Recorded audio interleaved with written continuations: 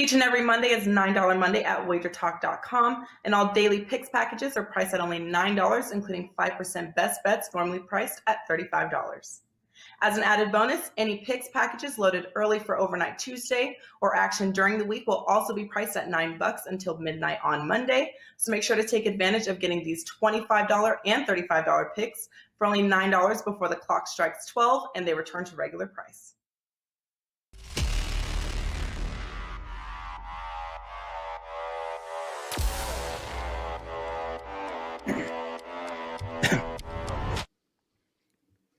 Welcome to the NBA Triple Double Show powered by SportsMemo. I am your host, Ronald Cabang, also known as handicapper on SportsMemo.com, at handicappersports on Twitter.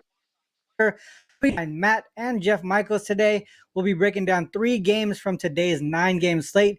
But before we get into those games, I do want to talk about one of the big promos we got going on over at SportsMemo.com. It is the Super Bowl to Super Bowl All Access package. This means you get all sports, all plays, all 5% bets from now until Super Bowl 58 next year from your favorite sports memo handicappers. The deal equates to just about $3 to $4 a day. The sooner you get it, the better the deal, because your access starts as soon as you purchase the package. The package is $11.99, which is $800 less than the regular value of the package. Like I said earlier, it does equate to about $3 to $4 a day. If you compare that to the normal $39 a day for the one-day all-access pass, you're getting an amazing deal here. Like I said, that's over at sportsmemo.com. So head over to the site after the show. They also have the live odds pages. Everyone posts their picks and packages on the site as well on a daily basis. So make sure you head over there, sportsmemo.com. Also, before you go there, make sure you hit the like and subscribe button here. It does only take a couple clicks to help us grow our show tremendously here on the Triple Double.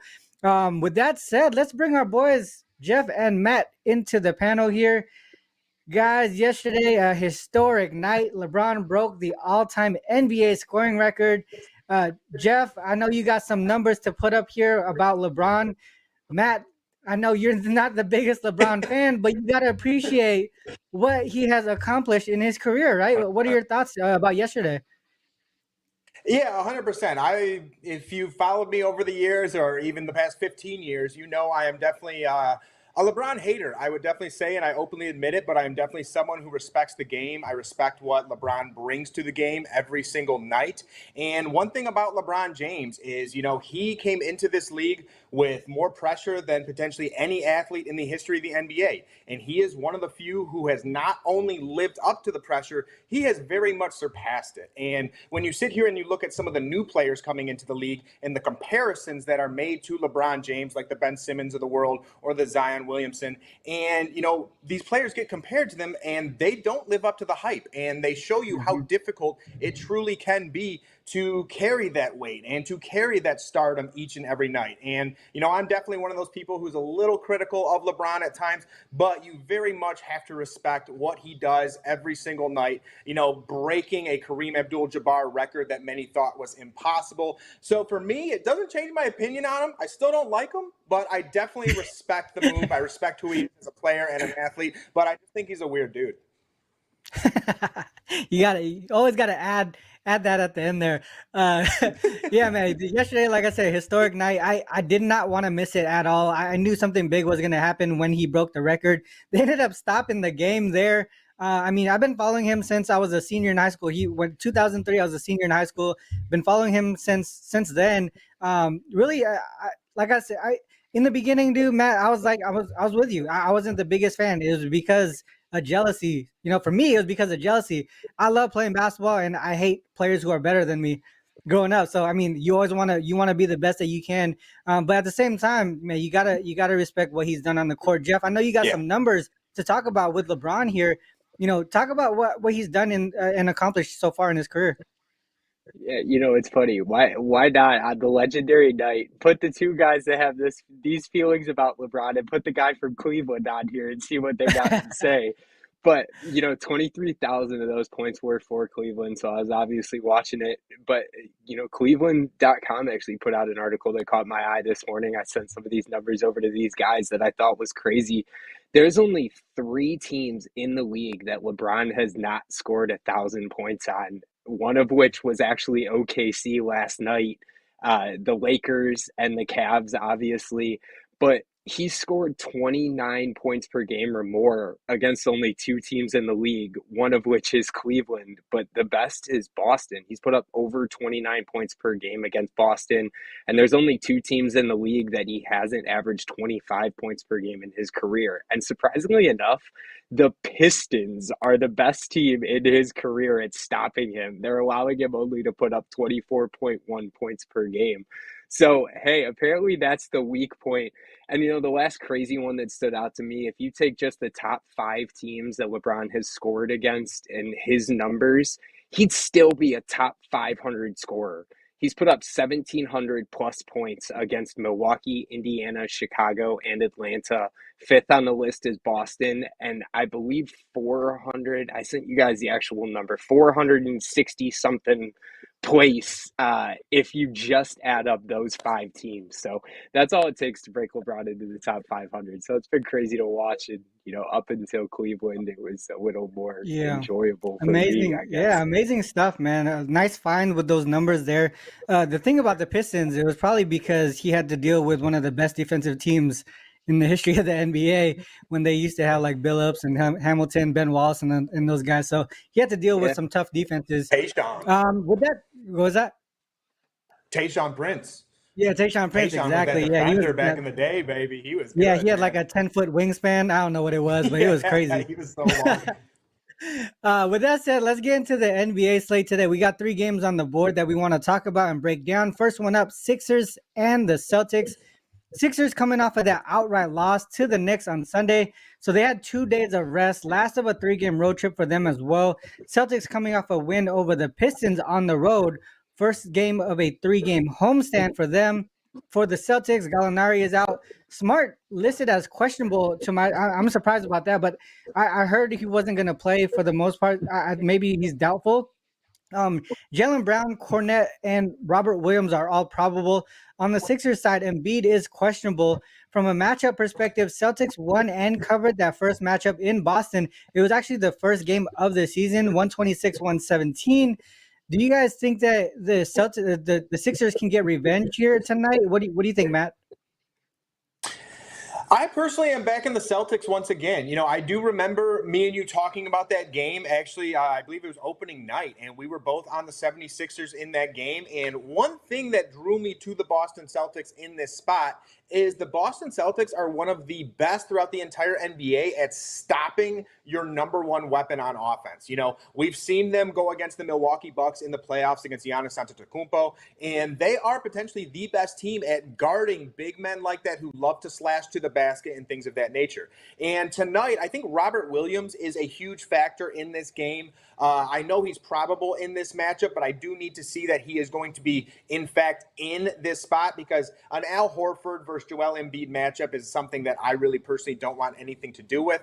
But for me, this is a Boston Celtics team that just plays that much better at home. On top of that, this is a Celtics team that is 20-7 at home this season, playing very, very good basketball, while the 76ers are 14-10 on the road. And to Ron's point, this is a spot where Marcus Smart will be out, Jaylen Brown probable, again, Robert Williams probable. And for me, I like the look of the Boston Celtics once again because they are a better guarding team in terms of defense, like guys like Jaylen Brown, Jason Tatum, and a lot of their offense does come from guys like James Harden and Tyrese Maxey. So for me personally, I do think that the Boston Celtics have the better defenders, also playing at home, which is a very tough place to play in Boston. Jason Tatum starting to get it going. I think Jaylen Brown is going to come in and have a good game as well. He missed the last game because of an illness, and even when he was missing, there was those rumblings about, is Jaylen Brown getting traded, this and that. So, I think these players pay attention to that, and I think they want to come in and send a message after. So for me, I am backing the Boston Celtics here with the -4.5 spread.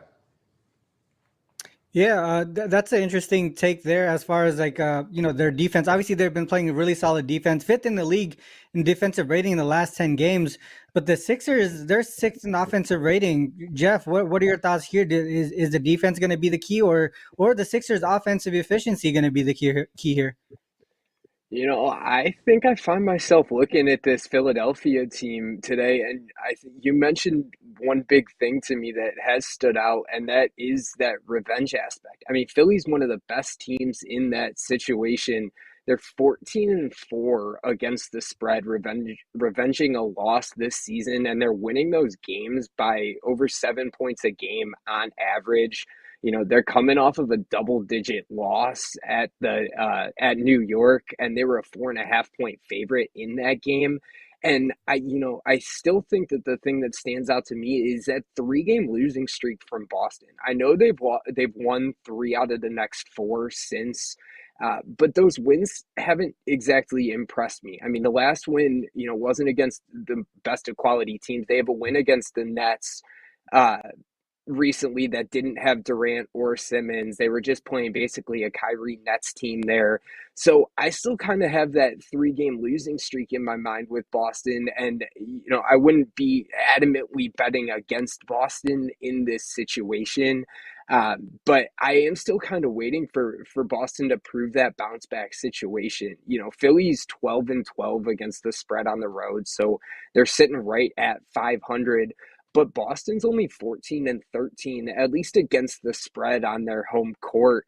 So I do think, but you've said it, Boston's got the better defense. And on the season, they're ranked in the top 5 in offensive and defensive rating for Boston.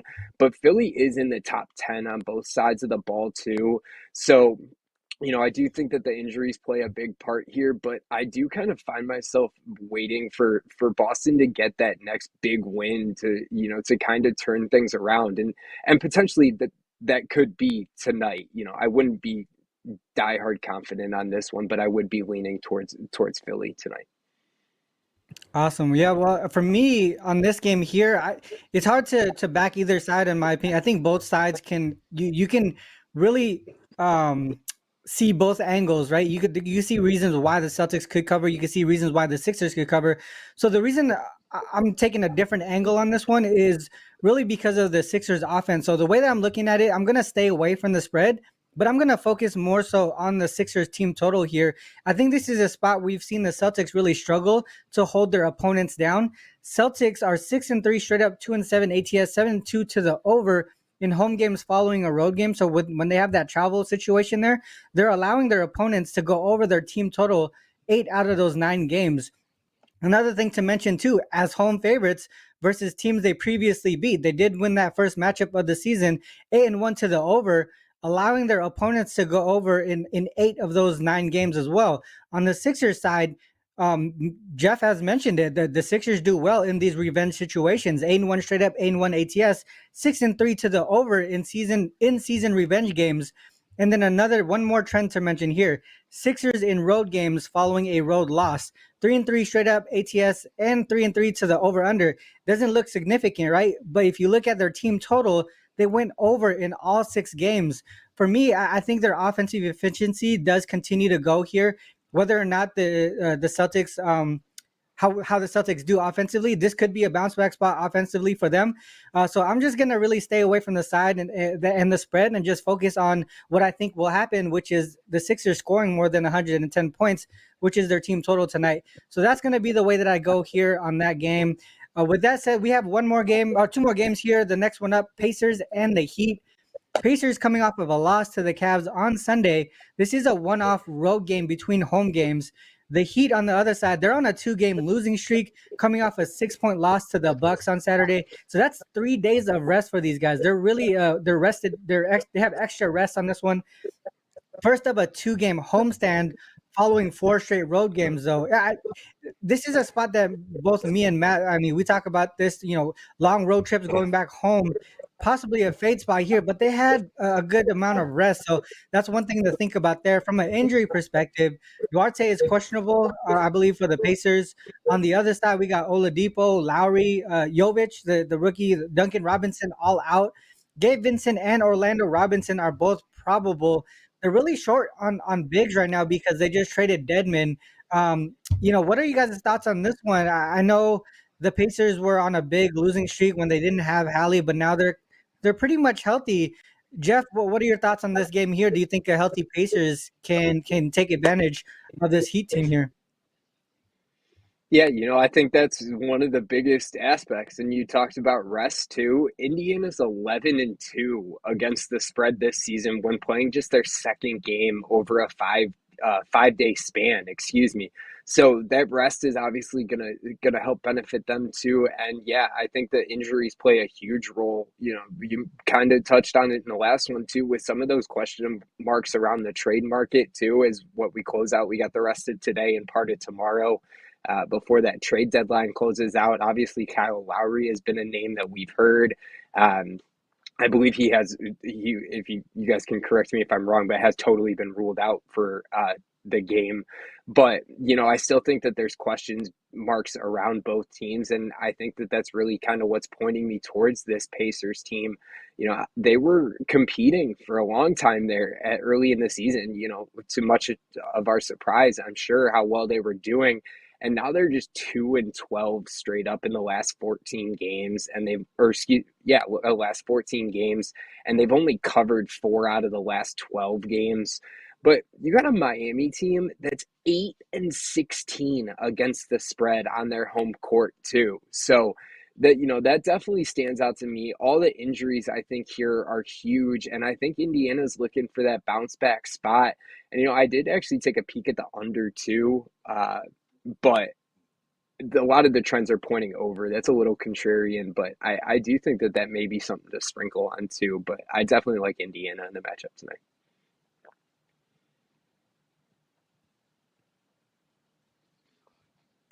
The under was also one of the looks that I was kind of eyeing in this game as well. I was leaning towards the Pacers and the under in this game. I know it's a low total for a Pacers game, but if you look at them in games where their total is less than 230, they're actually been going under at a profitable rate. And also the Heat, when the total is over 220, they're hitting the under at a profitable rate as well. From a side perspective, I'm looking at the Pacers here. Both, like I said earlier, both teams got extra days of rest, at least 2 days of rest each. Pacers 6-3 straight up, 7-2 ATS, 6-3 to the under with at least 2 days of rest, including 5-1 straight up and against the spread in conference games. The one game they lost and failed to cover, they were missing Miles Turner against the Knicks. In those 6 games specifically, they're averaging 115, allowing 109.5 per game. So I think that's a spot where I feel like this is a game where the Sixers possibly could win outright. You mentioned how the Heat do at home with their straight up and ATS numbers. But if you look at them as favorites versus teams with a losing record, they're actually 12-10 straight up, only 5-16 against the spread, 5-16-1 against the spread. Also 12-10 to the under. And if you include that they're facing a conference team as a home favorite situation in that same spot, they're 1-8 against the spread. So for me, I agree with you there. I think the looks for this game is the Pacers as well as the under. Matt, what are your thoughts? Do you agree with the Pacers and the under look here, or are you looking a different way? Yeah, guys, this is a rarity. I think we are all on the same plays absolutely across the board. I went Indiana Pacers +7, and then I was looking at the under right after that. So I don't want to be too redundant here, but one thing that I was looking at on top of what you guys already said in terms of the against the spread numbers, the injuries, things like that, it's Tyrese Halliburton. And Tyrese Halliburton came back against that Lakers, had that big game with 26 points, had the double-double, and then has had kind of 2 iffy games since then. And, we've talked about this many times. When a star is reinserted back into that lineup, it takes time to get that chemistry, to get that synergy going throughout the team. And I think this is about that time that the Indiana Pacers start getting it going again with Tyrese Halliburton. So for me, I'm going to be on the Pacers here as well. This is also something Ron and I have talked about all season long. And it's when a team is coming off a multiple game road trip and it's their first game back home. It generally takes game 2 or game 3 for them to come out and play their best style of basketball, get their legs back out, back under them. So for me, I think this is a hungry Pacers team coming into Miami to play in this spot. They're getting 7 points, which is a good amount of points for a scrappy Pacers team. So for me, I'm with you guys. I'm Pacers +7 first, and then I'm taking a look at the under after that. Yeah, I mean, we talk about it like you said, right? The long road trip going into a long homestand or a long road trip, and then going to a different situation as far as home or road, it's not an auto fade spot. You always want to make sure you do your due diligence, make sure you see if that actual team doesn't do well in that spot specifically. But it's games that we automatically pull out because it's a situation we feel like there's an edge on.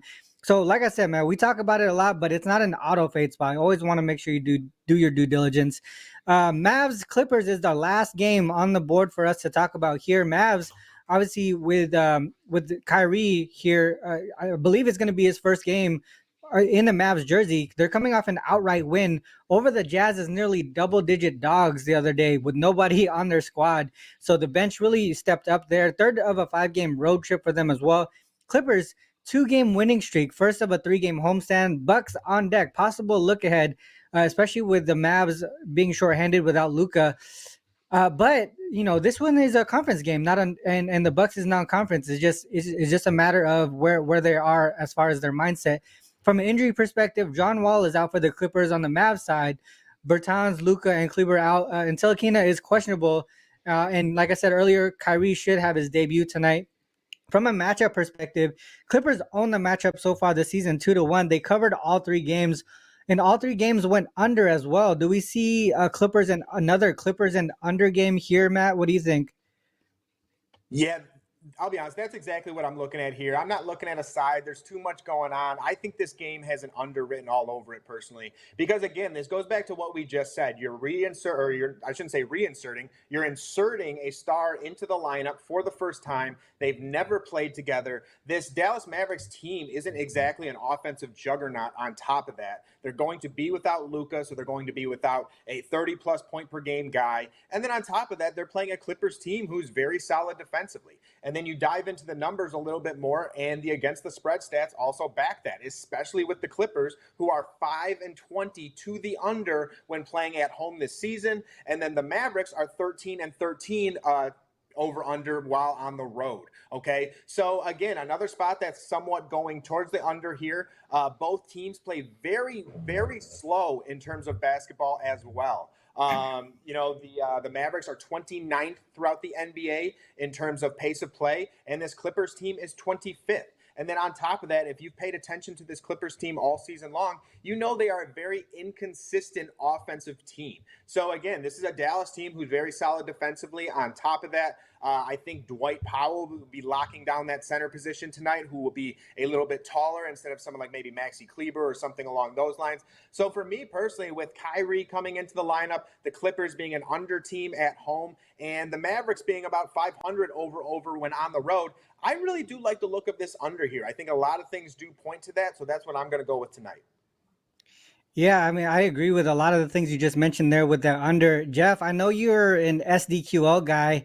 I can almost predict exactly what you're going to say here on the Clippers side. But I'll let you break it down here first. Talk about the Clippers and the Mavs here. I'm just going to guess, but I would think that you're going to talk about some under trends on the Clippers side. Yeah, I'm changing things up a little bit. I don't normally come in here, and I don't do a whole lot of team totals, to be honest. But I think this is a situation that I would look at, and I actually might be looking at the Clippers team going over their team total more because of, but it's kind of what I talked about in the first game that we mentioned. I'm kind of waiting for Boston to prove to me that they're bouncing back. I can't confidently bet one way or another on this Mavericks team, I think, until we see what they can do. I mean, I got a little bit of firsthand experience saying that Kyrie definitely shifts things up in your team one way or another. But, I think about the pieces that they lost to. You got Dinwiddie, you got Finney Smith that went to. I believe there's, some defensive issues there. And I think just the connection between a team that has played together even just at least once, like the Clippers have, they do have those guys offensively. I was looking at Marcus Morris. But the other thing that caught my attention, you're not thinking about the other pieces that came from Brooklyn. His brother could be playing against him tonight in his first game in a Mavericks jersey. So Marcus Morris looks like a good matchup against Dallas specifically. But now you look at the fact that you're switching up the players that are playing the position that are going to be guarding against him. And it's probably not a position I'm attacking when you have a whole nother defensive unit there. But I just think that the connection that the Clippers already have and their ability to play together is going to be overwhelming for a Mavericks team that's playing their first game together, that not only has to figure out things with their injuries, with Doncic being out and Kleber being out, like you guys mentioned, but also in the same game attempting to potentially replace a Dinwiddie and a Finney Smith, whether it be on the offensive or the defensive side. I think I'd be looking at the Clippers specifically here and maybe them going over a team total. But if you do combine the two sides, I don't have a whole lot of faith in Dallas. So I do think that you guys are probably looking the right way on the under there too. Yeah, I mean, I think that's a good point that you mentioned. You mean the Clippers team total can go over, but it doesn't mean that they go over the full game total, right? I'm expecting a offensive letdown here on the Mavericks side after they put up, I think, what was it, 120 plus points the other day with no one really on the roster that we would thought was gonna show up. I mean, no Wood, no Luca. Uh, Obviously, Dinwiddie was gone. Kyrie was not in the lineup yet as well. You had guys like Hardy and Josh Green. I feel like Josh Green is someone that's going to really step up in the absence of Dorian Finney-Smith, both on the defensive and offensive side of the ball, but more so on the defense. I think he really stepped up his game, and that gave Dallas the ability to be flexible, to give up Dorian Finney-Smith. I think that was one thing that we thought was being overlooked, but at the same time, maybe we're overlooking Josh Green as far as being a replacement for DFS. Some of the trends that I was looking at here: Clippers 19-5-1 to the under at home specifically, 9-1 to the under following a road game. So the travel that goes there from road to home, they've been going under for the most part. As favorites versus teams they beat in the most recent matchup, they're actually 10-2. 10-2 ATS, 7-4-1 to the over. So that's actually the other way around. But if you look at them as far as that being home favorites versus teams that they beat in the most recent game, 6-0 straight up, 6-0 ATS, won every game by at least 9 points. So that kind of backs your Clippers play there, Jeff, and also maybe their team total over. But if I look on the other side, without Luka, the Mavs 1-7 straight up, 3-5 ATS, only averaging 109.4 points per game. So it seems like a situation where I feel like they're not going to be able to put up enough points to fight against this Clippers team who do well at home. They just did upset that Utah Jazz team outright as 9.5-point dogs. I just feel like this is a letdown spot on the Clippers, on the Mavs side. So, I mean, I don't know which way to go as far as placing an actual bet here, but you can probably pivot between three looks. I think the under, the Clippers, or maybe the Mavs team total under. Those would be the ways that I would look. I'm not running to the window to make a bet here, but those would be the only places that I could go for as far as this one. I know if this is Matt, I know you're a big single game parlay guy, but typically you would want to take overs, right? What about unders in this type of game here that we feel like might be going under? Do we look at under props on players? Yeah, you definitely can take under props. And, one thing that I definitely evaluate before doing a same game parlay is the pace of play, is the total, and is there blowout risk? And, generally, if there's blowout risk, you want to kind of shy away from a same game parlay. But again, there is a strategy with that blowout on top of that. So one thing that you could do is say you think that the Clippers are going to play well and the Dallas Mavericks are going to come out and lay an egg. You can run some overs on guys like Paul George, Kawhi Leonard, maybe a Vicia Zubac rebound, something along those lines, and then come back with unders on maybe guys like Reggie Bullock. You could run an alternative line under on someone like Kyrie, kind of depending on how you feel that game flow is going to go. So again, to your point, Ron, you definitely can take unders with same game parlay. And I know a lot of people fall in love with those overs because, you want to root for the guy to go out and get buckets. It's fun to do that, and you're kind of on the edge of your seat when a guy's hitting a couple shots in a row. But I'm telling you, those unders are very, very viable, and a lot of my top bets have had underplays in them. So when you're making a same game parlay or anything along those lines, definitely go off of how you see that game flow. And if you see that game going under, definitely don't take all overs, because I guarantee you there will be at least one player who goes under. Yeah, even in those high pace, high scoring games, you'll see some unders in some of those sides there. Jeff, you had something to add?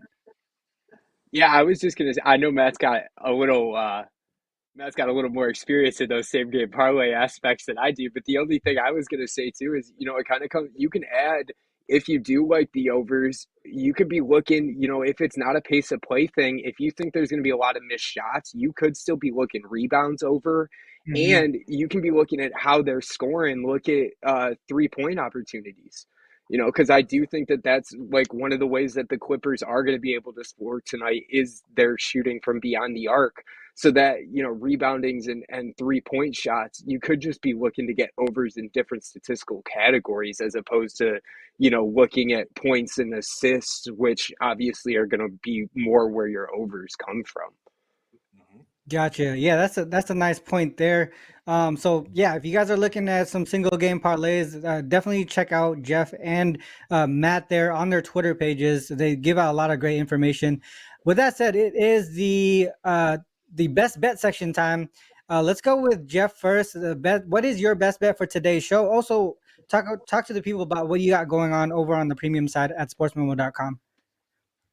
Yeah, guys, I'm always looking forward to my Wednesdays here with you guys. So today I threw up an honorary triple double pack on the page.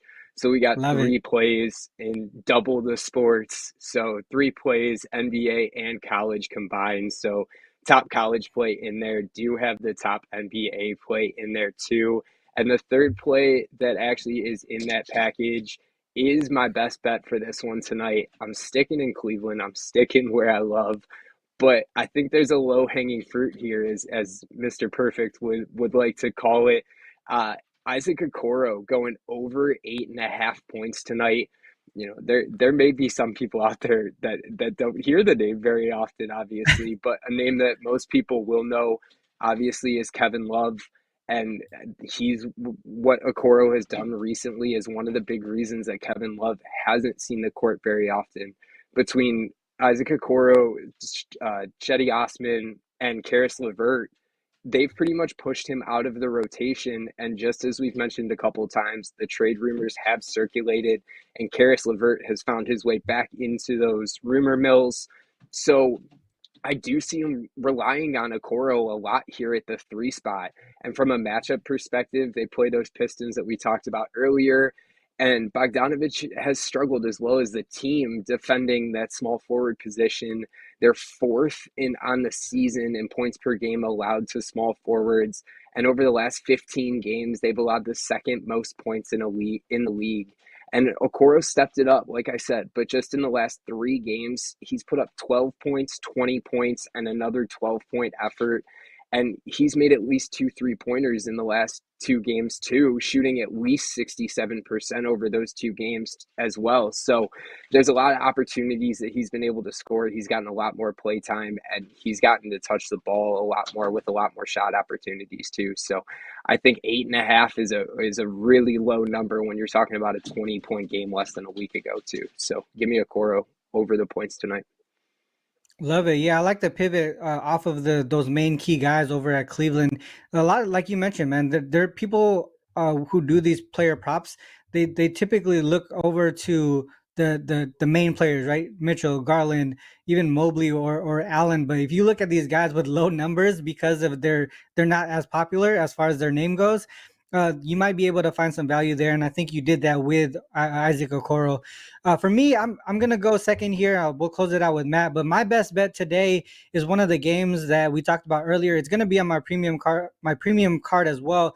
I like the Pacers here +7. I talked about earlier some of the ATS stats that point in their direction, right? Both of these teams with extra rest. Pacers 6-3 straight up, 7-2 ATS with at least 2 days of rest, including 5-1 straight up and against the spread in conference games. The other side, the Heat, with at least 2 days of rest, 4 and 5 straight up, 2 and 7 ATS, including 2 and 4 straight up, and 0 and 6 against the spread if they're favored by more than a point. In those 6 games, they're scoring 106.3 and allowing 108.7. So they're losing by an average of 2.4 points per game. We also already talked about how bad they do at home. The Heat are at home, but if they're favorites, they're 5-16-1 against the spread as favorites versus teams with a losing record, including 1-8 against the spread versus conference home faves as conference home faves. So for me, I like the Pacers here. They're healthier. The Heat are struggling with injuries. We talked about how Lowry is out, Duncan Robinson, Oladipo, all these guards are out. Even some of the guys who are probable are coming off injuries. They might not be 100% either. So for me, I like the Pacers here plus the points. I got it at +7. I gave it out to clients at +7 last night. I believe it's at +6.5. So we got a little bit. Maybe I'm not sure if it's gonna come down anymore, but I still like the number here. As far as on the premium side, I think I have 4 NBA plays on the card for today already. They're all posted.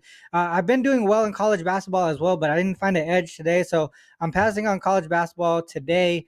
But Matt, let's go to you here.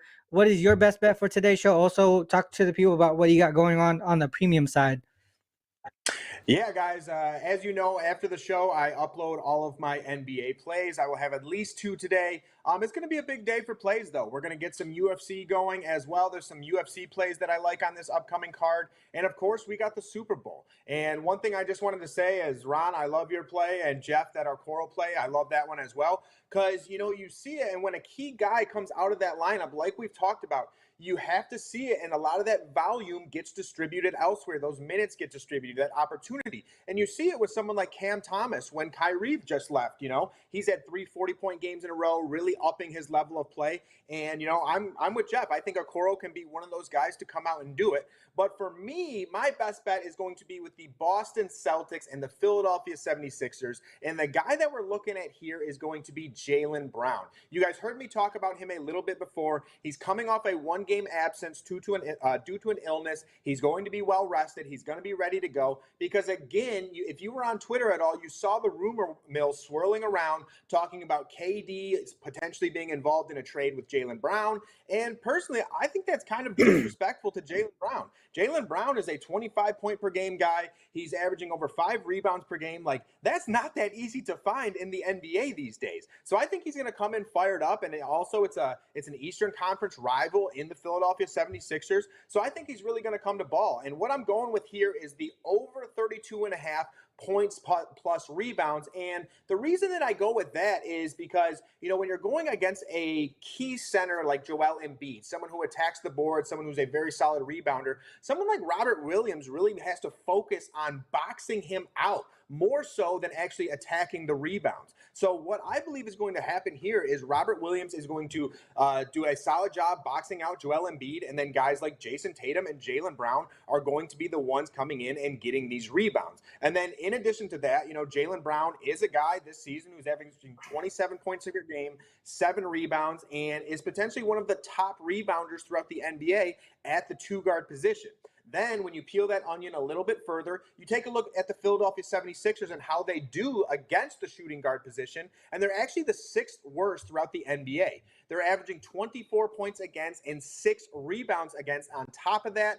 And, like I said before, Jaylen Brown, one of the top scorers, one of the top rebounders from the shooting guard position. And then also one other thing I look at here is the Boston Celtics at home. The Boston Celtics are 18-9 to the over at home. So potentially meaning more opportunity for Jaylen Brown to go out, get some points. And then once again, I really like his rebounding ability tonight when Robert Williams has to box out someone like Joel Embiid. So for me, I think this is really a Jaylen Brown spot. I'm going with Jaylen Brown over 32.5 points plus rebounds tonight. Love it. Yeah, I like that play a lot. I like how you mentioned that they had to box out Embiid. That gives opportunity for those guys, not Robert Williams, or Al Horford to get those rebounds. That's a good point. I like that. I like how you did that. With that said, guys, that is the end of the show. I do want to make sure you guys remember. Matt touched on it. There's UFC this weekend. Jeff touched on it. College basketball all week long. I mean, the Super Bowl, all access package, you guys. Super Bowl to Super Bowl is available over at sportsmemo.com. It's an amazing deal. All of the top cappers over at sportsmemo.com touch on a lot of sports, not just the NBA. So that's one to look at there. Head over to sportsmemo.com to make sure you check out the package. Also, the live odds page, everything that we got going on over at sportsmemo.com. We got a lot of things there. Not even just plays packages. There's free plays as well. You're able to see the leaderboard on who's doing well as far as the hot cappers last 3 days, 7 days, 30 days and stuff like that. So, man, I'm really excited for this weekend as well. So make sure, the UFC card. Oh my God, I can't. I could go another hour talking about that UFC card, but this is the end of the show, guys. We're back here on Friday, same time, 10 a.m. Pacific Standard Time on this channel. Make sure you hit the like, subscribe. Make sure you hit the little bell so you get the notifications when we come on again. Until then, guys, good luck with all your action. Peace. Peace. Each and every Monday is $9 Monday at WagerTalk.com, and all daily picks packages are priced at only $9, including 5% best bets, normally priced at $35. As an added bonus, any picks packages loaded early for Overnight Tuesday or action during the week will also be priced at $9 until midnight on Monday. So make sure to take advantage of getting these $25 and $35 picks for only $9 before the clock strikes 12 and they return to regular price.